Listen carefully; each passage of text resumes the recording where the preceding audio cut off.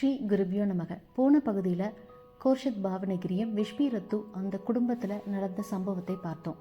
இப்போது கோர்ஷத் பாவனகிரி அவங்க auto writing மூலமாக எழுத கற்றுக்கிட்டு முதலாக என்ன எழுதுனாங்க, இந்த புத்தகம் எப்படி ஆரம்பிக்குது அப்படிங்கிறத நம்ம பார்க்க போகிறோம்.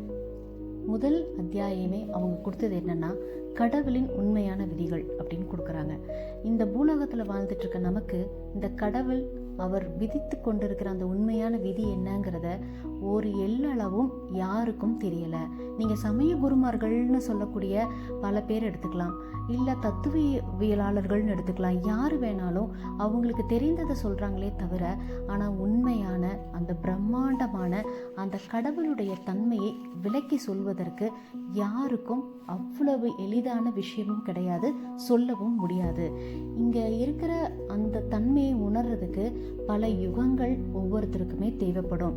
இந்த புத்தகத்தில் நாங்கள் உயர்தளத்தில் இருக்கிறோம். இந்த உயர்தளத்தில் இருந்து எங்களுக்கு அந்த உயர் ஆன்மாக்களின் அனுமதி பெற்று இந்த இறைவனை பற்றி உங்களுக்கு எல்லாம் நிறைய தெரிஞ்சுக்கணும், நீங்கள் இந்த பூலோகத்தில் எப்படி வாழணும் அப்படிங்கிற அந்த விஷயங்களெல்லாம் சொன்னோம் அப்படின்னா, நீங்கள் சந்தோஷமாக அங்கே வாழ்ந்து எது உண்மைன்னு தெரிஞ்சு வாழ்ந்து இந்த கடவுளுடைய உண்மையான விதி என்னன்னு தெரிஞ்சுக்கிட்டு நீங்கள் இங்கே பயணித்து வருவீங்க. அதுவும் உண்மையான இறையோட கலக்கிறதுக்கு அது உங்களுக்கு அடித்தளமாக இருக்கும் அப்படின்னு சொல்கிறாங்க. இங்கே இந்த உலகத்தில் இருக்கக்கூடிய நிறையா மக்களில் நல்ல மனிதர்கள்னு இருக்காங்க, தீய மனிதர்கள்னு இருக்காங்க. ஆனால் நல்ல மனிதர்கள் நிறைய துன்பப்பட்டுக்கிட்டே இருக்காங்க, ஆனால் தீய மனிதர்கள் அவ்வளவு துன்பப்படுறதே இல்லை. உடனே நல்ல ஆன்மக்கள் என்ன சொல்கிறாங்க அப்படின்னா, இந்த கடவுள் ஏன் இது கண் பாராமல் இருக்காங்க, அவருக்கு கண்ணே இல்லையான்னு சொல்லி ரொம்ப நொந்துக்கிறாங்க. ஆனால் தயவு செஞ்சு நீங்கள் அப்படி நினைக்கவே நினைக்காதீங்க. கடவுள் ஒவ்வொரு நொடியும் நம்மளை பார்த்துக்கிட்டே தான் இருக்காரு. அவர் சத்தமே இல்லாமல் நம்ம கூட ஒவ்வொரு நிமிடம் இருந்துக்கிட்டே இருக்காரு. இங்கே இந்த உலகத்தில் வாழும்போது தான் நம்ம அவர்கிட்ட போய் அடைவதற்கான வழி கிடைக்கும். அதனால நீங்கள் இந்த பூலோகத்தில் ரொம்ப சீக்கிரமாக அவர்கிட்ட அடையிறதுக்கான வழிகளை நாங்கள் இந்த புத்தகத்தில் சொல்கிறோம் அப்படின்னு சொல்கிறாங்க. உண்மையிலேயே உங்களுடைய தவறுகளை வருந்தி, அதாவது நீங்கள் யாருக்கிட்டையும் போய் பாவ மன்னிப்புலாம் போய் கேட்காதீங்க. நீங்கள் செஞ்ச பாவத்தை நீங்களே உணர்ந்து அதை மன்னிச்சு நீங்களே, அதாவது நான் செஞ்சது பாவம், அதுக்கு நான் என்ன செய்யணும்னு நினச்சி அதுக்கு பிராயச்சித்தம் நீங்கள் இந்த பூலோகத்தில் வாழும்போதே தேடிக்கிட்டீங்கன்னா நீங்கள் உயர் நல்ல ஆன்மாக்களாக வாழ முடியும் அப்படின்னு சொல்கிறாங்க. இந்த பூலோகத்தில் என்ன நடக்குது அப்படின்னா, ஒருத்தன் தான் ரொம்ப நல்லவன், நான் நிறைய பேருக்கு நல்லது செஞ்சுக்கிட்டே இருக்கேன், நான் இந்த கோயிலுக்கெல்லாம் நான் இவ்வளோ செய்கிறேன், செலவு பண்ணுறேன், நான் இவ்வளோ தானம் பண்ணுறேன், இவ்வளோ தர்மம் பண்ணுறேன், என்னால் இவ்வளோ பேர் நல்லா இருக்காங்க அப்படின்னு சொல்லி அந்த மாதிரி செய்கிறவன் எனக்கு நான் சொர்க்கத்துக்கு தான் போவேன் அப்படின்னு நினச்சவங்க உண்மையிலே அந்த இடத்துக்கு வர்றது கிடையாது. இதே போல் சில பேர்லாம் நம்ம அவன் ஒன்றுமே பண்ணுறதில்ல அப்படின்னு நினைப்போம், ஆனால் அவங்கெல்லாம் இங்கே உயர் தளத்தில் இருக்காங்க. இதுக்கான வேறுபாடு என்ன அப்படின்னா, எந்த ஒரு மனிதன் அவன் சுயநலத்துக்காகவும் தன்னலத்துக்காகவும், அதாவது அவனுடைய நோக்கம் சரியான நோக்கம் இல்லாமல் தன்னுடைய பெருமைகளுக்காக ஆணவத்துக்காக ஒரு விஷயத்த செய்ய ஆரம்பிக்கிறானோ, இதற்கப்புறம் எனக்கு ஒரு வாழ்க்கையில் உயர்வான இடம் கிடைக்க போகுது, நான் சொர்க்கத்தில் இருக்க போகிறேன்னு நினச்சிட்டு அந்த நோக்கத்தில் அவன் ஏதாவது செயல் செய்ய ஆரம்பித்தான் அப்படின்னா, மனிதாபிமானமே இல்லாமல் உண்மையான அன்பு இல்லாமல் அந்த நோக்கம் அந்த மாதிரி ஒரு செயலாக உருமாறுச்சு அப்படின்னா அவனுக்கு ஒரு உயர்வான தளம் நிச்சயமாக கிடைக்காது. அவனுக்கு இந்த தளம் அப்படிங்கிறது இங்கே இறந்ததுக்கப்புறம் அவன் வரக்கூடிய இடம் எப்படி இருக்கும்னா, கீழிலும் கீழாக தான் இருக்கும். நீங்கள் இந்த பூலோகத்தில் எந்த விஷயம் செஞ்சாலும் அது உண்மையான அன்போடையும் மனிதாபிமானத்தோடையும் செஞ்சு பழகுங்க. இங்கே மட்டும்தான் நீங்கள் சீக்கிரமாக செஞ்சு உங்களுக்கான அந்த பலனை அனுபவிக்க முடியும். இதே நீங்கள் இறந்ததுக்கப்புறம் இங்கே ஆவி உலகத்துக்கு வந்துட்டீங்க அப்படின்னா, இங்கே காலம் அப்படின்னு சொல்கிறது ரொம்ப மெதுவாக தான் போகும்.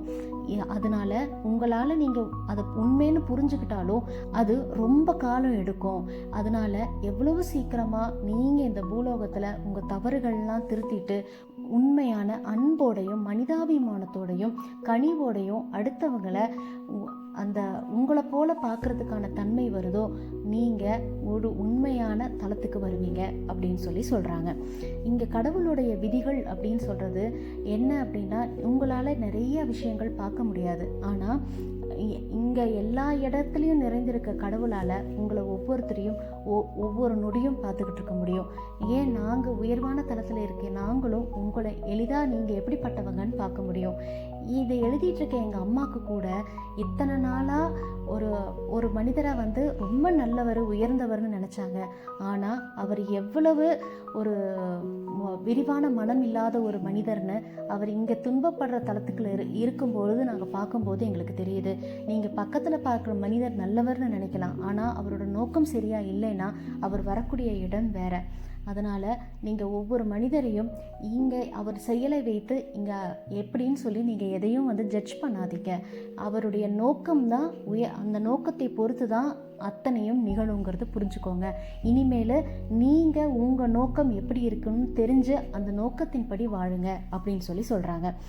நம்மளுடைய செயல்கள் எல்லாம் சரியானதா இல்லை தவறானதா அப்படின்னு கடவுளுக்கு எந்த ஆதாரமும் தேவையில்லை. அவருடைய நியாய தீர்ப்பு வந்து எந்த ஒரு அப்பழுக்கு இல்லாதது. அதுக்காகவே நம்ம கடவுள்கிட்ட நன்றியோடு இருக்கணும். நாங்கள் நன்றியோடு இருக்கிறோம். ஏன்னா கடவுள் மட்டும்தான் உங்களை உள்ளேயும் வெளியையும் முழுசாக அவர் புரிஞ்சு வச்சிருக்காரு. நீங்கள் உங்களுடைய சக மனுஷங்க கிட்ட ஏதாவது மறைக்க முயற்சி பண்ணீங்கன்னா அது அவருக்கு தெரியாமல் இருக்கலாம், ஆனால் கடவுள்கிட்டருந்து அது ஒரு துளி விபரத்தை கூட மறைக்க முடியாது. அத்தனையும் அந்த இறுதி நாளில் கச்சிதமாக கணக்கிடப்படும். ஒவ்வொன்றும் கணக்காக சேர்க்கப்பட்டு கொண்டே வந்துக்கிட்டு இருக்கு. இதை நீங்கள் கண்டிப்பாக புரிஞ்சுக்கணும். உங்கள் ஒவ்வொரு செயலும் ஒவ்வொரு சொல்லும் பதிவாகிக்கிட்டே இருக்குது. அதை நீங்கள் கண்டிப்பாக உணர்ந்துக்கணும். இந்த உங்கள் சொல்லும் செயலும் தான் உங்களுக்கு உண்மையான உங்கள் வீட்டுக்கு கொண்டு போய் சேர்க்கக்கூடிய விஷயம். அதை சரியாக பண்ணுங்கள். நீங்கள் ஒரு ஒழுக்கமான உண்மையான மனிதாபிமானமாக இருக்கக்கூடிய ஒரு வாழ்க்கையை வாழுங்க. நீங்கள் இந்த பூலோகத்தில் இருக்கும்போதே உங்களை மேம்படுத்திக்கோங்க. நல்லதையெல்லாம் நம்ம ஸ்வீகரித்து அது மூலமாக மோசமானதை எல்லாம் நம்ம கைவிட்டுட்டோம் அப்படின்னு சொன்னால் உண்மையிலேயே நம்ம கச்சிதமாக இருக்கக்கூடிய ஒரு மனிதராக மாறலாம். நம்ம சுய மேம்பாடு அடைஞ்சாதான் இந்த ஆன்மா அதோட இலக்கை அடைய முடியும். இந்த ஆன்மாவோட இலக்கு என்ன அப்படின்னா கடவுளை அடைவது தான். இது கடவுளை அடையிறதுக்கு பல யுகங்கள் ஆகும்.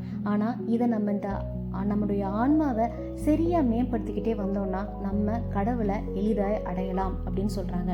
நீங்கள் எல்லாரும் இந்த புவியுலகில் இருந்துட்டு இருக்கிறதுனால உங்களை மேம்படுத்திக்கிறான வாய்ப்பு ரொம்ப எளிமையாக இருக்குது. தயவு செஞ்சு அதை சீக்கிரமாக பயன்படுத்திக்கோங்க. இங்கே வந்தீங்கன்னா அத்தனையும் ரொம்ப ஸ்லோவாயிரும்.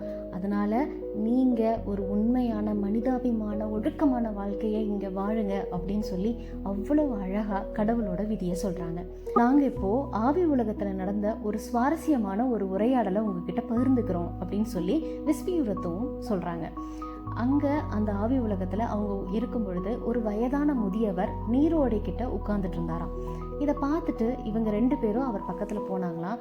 போய் அவர்கிட்ட கேட்டாராம், ஐயா நீங்கள் புதுசாக இருக்கீங்களே, நீங்கள் புதுசா அப்படின்னு கேட்டாங்களாம். உடனே இவர் மேலேருந்து அந்த முதியவர் மேலும் கீழும் இருந்து பார்த்தாராம். பார்த்துட்டு நீங்கள் ரொம்ப புத்திசாலியாக இருக்கீங்களே அப்படின்னு சொன்னாங்களாம். விஸ்பியுரத்தும் ஏன் அப்படி கேட்டாங்க அப்படின்னா ஆவி உலகத்தில் பொதுவாக அந்த முதியவராக இருக்க தோற்றம் இருக்கக்கூடியவங்க ரொம்ப குறைவான். ஏன்னா அவங்க அங்கே வந்து அந்த உலகத்துக்கு வந்ததுக்கப்புறம் அங்கே இருக்கிறத புரிஞ்சு அவங்க இளமையாக மாறுறதுக்கான சாத்தியக்கூறுகள் நிறையா இருக்கான். ஆனால் இங்கே முதியவரை பார்த்ததும் அவர் புதுசுன்னு சொல்லி இவங்க புரிஞ்சுக்கிட்டாங்களாம். புரிஞ்சுட்டு அப்போ அவங்க ஐயா என்ன வேணும்னு கேட்கும்போது அவர் சொன்னாரா, எப்படியும் நான் இந்த மாதிரி ஒரு உல்லாச இடத்துக்கு நான் வந்துட்டேன், எப்படி வந்தேன்னு எனக்கு தெரியல, என்னை என் வீட்டுக்கு கொண்டு போய் விட்டுறீங்களா அப்படின்னு சொல்லி கேட்டாராம். உடனே அவங்க சிரிச்சாங்களாம் விஸ்பியுரத்தும், ஐயா இது வந்து நீங்கள் இப்போ தான் உண்மையான வீட்டுக்கு வந்திருக்கீங்க, இதுதான் உங்கள் உண்மையான வீடுன்னு சொன்னாங்களாம். அவருக்கு செம கோவம் வந்துருச்சான். இது ஏதோ பைத்தியக்காரங்கிட்ட மாட்டிட்டோங்கிற மாதிரி பார்த்துட்டு ஓட ஆரம்பிச்சாராம். உடனே இவங்க வந்து அவருக்கு புரிய வைக்கணும்னு சொல்லி அவர் பின்னாடி போனாங்களாம். ஆனால் அவர் வந்து இது ஏதோ பைத்தியங்கன்னு நினச்சி அவர் தப்பிச்சு போக பார்த்தாராம். அப்போ இவங்க உடனே ஒரு உயர் ஆன்மாவை கூப்பிட்டாங்களாம். அவங்க வந்தாங்களாம். அவங்களும் வந்து இவருக்கு புரிய வைக்க பார்த்தாங்களாம். ஆனால் அந்த முதியவர் புரிஞ்சுக்கிற மாதிரி இல்லையா, சத்தமாக ஒரு பேரை சொல்லி கூப்பிட்டாராம். அந்த பேர் யாருன்னா இந்த பூலோகத்தில் அவருடைய மகனாக இருக்கக்கூடியவர் அப்படின்னு தெரிஞ்சுதான் அவர் பேரை சொல்லி கூப்பிட்டாராம். ஆனால் அங்கேயும் பயனில்லை. இந்த மாதிரி தான் இறந்தது கூட தெரியாத அந்த ஆன்மா அங்கே வந்து ஏற்றுக்க மாட்டாங்களாம். நான் இறந்துட்டேன்னு கூட அவங்களால நம்ப முடியாதான். அப்படி இருக்க சூழ்நிலையில் அவங்க பல உயரிய ஆன்மாக்கள் அங்கே வந்து அவங்களுக்கு நீங்கள் இப்படி இறந்துட்டீங்க அப்படின்னு சொல்லி புரிய வைப்பாங்களாம். அப்புறம் கொஞ்சம் நேரம் கழித்து அவருக்கு வந்து நல்ல உயரிய ஆன்மாக்கள் வந்து அவர்கிட்ட புரியும்படியாக நிறையா விஷயங்கள் சொல்ல அவருக்கும் அந்த முதியவருக்கும் புரிஞ்சுதான். அப்போ அவர் சொன்னாராம், நான் பூலோகத்தில் இருக்கும் பொழுது நான் ஏதோ இந்த மாதிரி இறந்துட்டா ரெக்கையை வைத்த தேவதைகள்லாம் இருப்பாங்க, அதுதான் சொர்க்கம்னு நினச்சேன் அப்படின்னு சொன்னாராம். உடனே விஸ்வரூத்து சிரிச்சாங்களாம், இங்கே அந்த மாதிரி ரெக்கை வைத்த தேவதைகள் நாங்கள் பார்த்ததே இல்லை அப்படின்னு அவர் சொன்னாங்களாம். அப்போது நான் சொர்க்கத்துக்கு வரலையா அப்படின்னு சொல்லி இவர் ரொம்ப பாவமாக கேட்டாராம். மறுபடியும் இவங்க சிரிச்சுட்டு சொன்னாங்களாம், நீங்கள் இருக்கிறதே இப்போ ரொம்ப உயர்வான தலம் தான், இதுவும் சொர்க்கம் மாதிரி தான்.